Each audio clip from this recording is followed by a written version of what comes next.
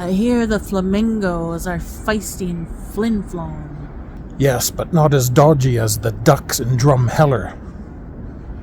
What are you doing here, 006?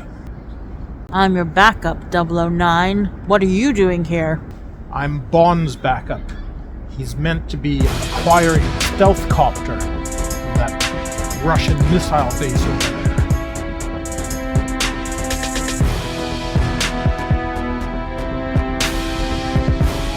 By the way, Q has informed me that the grenade thing now only takes 2 clicks.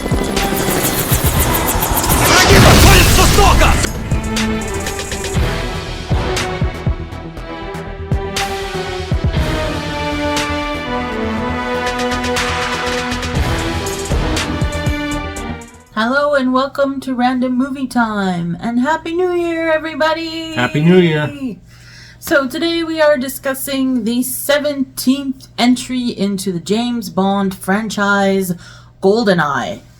Directed by Martin Campbell, this is the first appearance of Pierce Brosnan as James Bond and Judi Dench as M. Bond has to stop a Russian syndicate from using a stolen satellite weapon known as Goldeneye. This film was released in tandem with a video game in 1995, and both proved to be very successful. Tommy, what do you think of Goldeneye? Well, I really liked it. You know, I'm a huge James Bond fan. I've got them all on Blu-ray, so that was one from our collection this time. Yeah, watching it, it wasn't as memorable, or I don't think it aged as well as some of them, unfortunately. A couple of the actors who are normally good in things, like Alan Cumming, for example, he just sort of phoned this one in. He had a really phony baloney Russian accent, I thought. But you really hated him. Yeah, you really hated him, so he did his job. He was supposed to be kind of a slimy hacker guy, and then the Bond girl, the main Bond girl, I thought was not particularly memorable. She also, I don't know if her accent was fake, but it didn't, I don't know. She wasn't too convincing, I found, and she just was sort of forgettable in the role. Famke Janssen was really good as the other Bond girl, the evil one. She's always good. You know, we've seen her in X-Men and Star Trek: The Next Generation. She's always good in different things. It was nice to see some of the returning cast. You know, we had Desmond Llewelyn as Q again, and he had kind of a nice repartee, I found, with Pierce Brosnan. They're actually, you know, laughing at things together, but he still had a bit of that, you know, now pay attention 007 aspect to him, you know, and trying out all those new gadgets. Yeah, this was a movie of firsts. It was, as you said, the first appearance of Pierce Brosnan as James Bond and Judi Dench as M. And I believe this was the first time that Daniel Kleinman took over doing the main titles. He was sort of Maurice Binder's protege. So those, you know, the title sequence with Bond and, you know, dancing naked girls and big gun barrels firing and stuff like that. That was always a fancy title sequence done traditionally by Maurice Binder for all the James Bond movies. And then I think Maurice Binder died not long before this movie was made, or retired anyway, and Daniel Kleinman took over, and he did a pretty admirable job. It looked like a traditional James Bond opening, except with some new CG flourishes.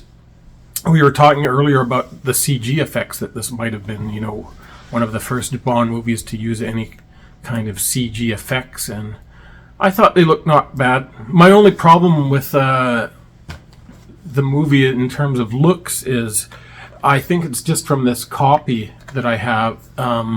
It was just sort of a muddy copy. The images were kind of dark, you know, for a Blu-ray. I mean, it looked better than DVD, but most of the MGM James Bond DVDs that they've made so far have been really good. But the old Sean Connery ones, like even the oldest ones like Casino Royale, they look better on Blu-ray than this movie does. And that's because they went back to the original camera negative, and they just have a really nice bright picture. Whereas this one, it was kind of dark. It almost seemed like after the Roger Moore era, they just sort of stopped trying.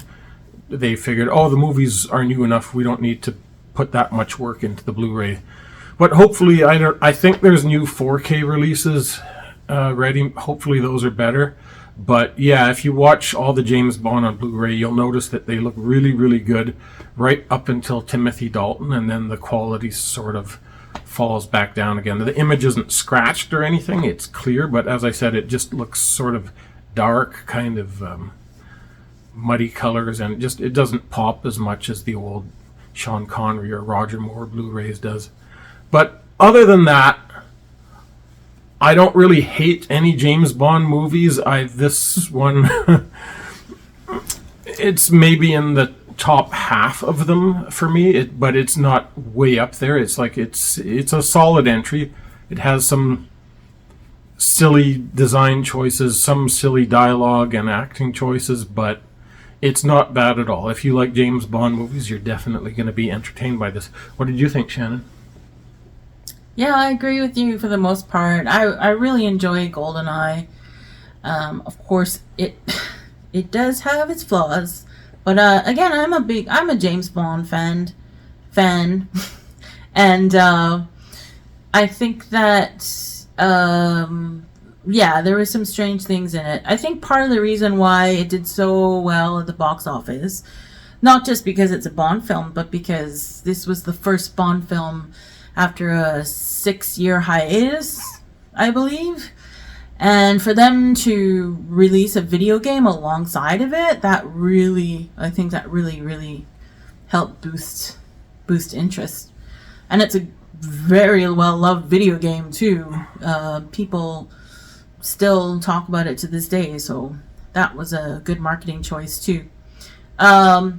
Yeah, I think because this was the first Bond film to use CGI, and it was early days, it was 95, so I mean that was early days of that sort of technology being used in films more often. Considering the time, I think they did pretty well. I think obviously they weren't perfect, because again, I mean it was early days and CGI wasn't really widely used at that time. But still a lot of model work in this movie, though. Obviously, not just CGI. Yeah, there was model work too. But I think that the special effects were pretty. I think it was great that they took those chances, and it wasn't perfect, but it was pretty impressive considering everything. Bond girl, yeah, played by Izabella Scorupco. Very forgettable. She was, and it wasn't the actress's fault, really. I don't think it was just the way it was written for her. They didn't really have much chemistry, Bond and the Bond girl in this one, so that kind of fell flat. But yeah, as I say, Alan Cumming, you really hate that character. Yeah, so I think he was successful because of that. So I think that was pretty good. There was one of the stupidest stunts I think I've ever seen in a James Bond film, and that is saying a lot. Where he jumps off this big platform and he happens to be able to jump right into a plane that's nosediving, yeah. and he can get it flying again, and everything's good. It looks pretty ridiculous. I think that was a really stupid stunt. But I think it had one of the best chase scenes I've ever seen with the tank. Yeah. The tank chasing the car through the streets of where was it again? It was London. I think it was London. or maybe, London or Leningrad or something. I don't know. yeah, I don't know. It was somewhere. I can't remember. But I think that car chase is up. Well, if you can call it a car chase, but I think it's right up there with French Connection in my mind. So I think that was pretty good. I think that the song was disappointing. The Goldeneye theme song was pretty forgettable. Like, when we rewatched Goldeneye, I honestly didn't remember the tune at all. It was sung by Tina Turner, written by Bono and The Edge, and it just it wasn't awful or anything. It was just nondescript and kind of dull. So that's funny because I can't stop humming it. Like I've really? always, yeah, I've Hum always it liked for me. that one. Goldeneye, bum ba dum ba, something something, and a something something. I don't know. Well, it was better than their music. They did some music for that other movie we saw. The what was it called? The Tourist, or no, The Hangover. The Hangover. That guy that was on drugs and then he woke up. Oh, The Blackout. The Blackout. Yeah, they did the music for The Blackout, and Yeah. that was really forgettable. Whoops, As that was the title of the movie, apparently. That was pretty awful. But yeah, I thought this one was much better. I think Bono and The Edge, like, they're good musicians, typically. Like, U2 has lots of great songs, but I guess this one didn't click for you. no, I found it really boring, and that's my opinion anyway. I think there are far better James Bond songs, and there are worse ones too. But overall, very enjoyable. Lots of great explosions in this one.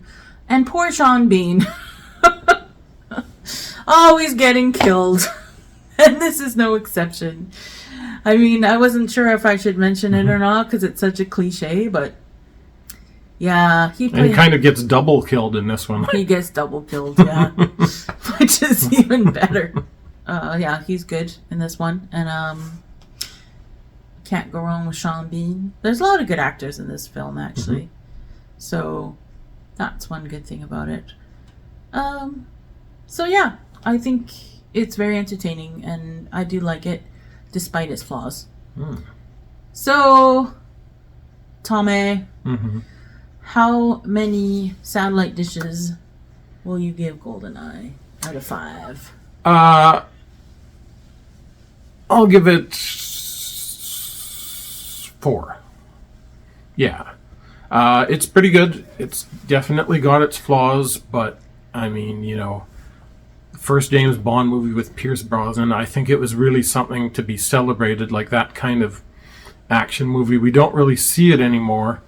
They kind of took a dark turn with the Daniel Craig movies, I found.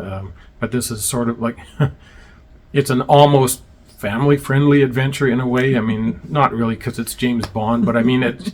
And the orgasm. Yeah. And the sadomasochist. But you know what I mean? Like they Girl. just went so over the top with the violence and like the darkness with the Daniel Craig era. I that didn't feel like Bond anymore to me. But anyway, yeah. What about you, Shannon? How many satellites? Oh, I'll give it 3.5 satellites out of 5. Again, I think it's very entertaining and I really like it, and it has one of the best car chases in movie history as far as I'm concerned, but it also has one of the stupidest stunts and probably the worst Bond girl in all of the franchise. So that's my take on it. Well, I guess that's all we had to say about Goldeneye. Geiger counter's going crazy, so I guess we'd better get back to England. We'll see you next time. Random movie time.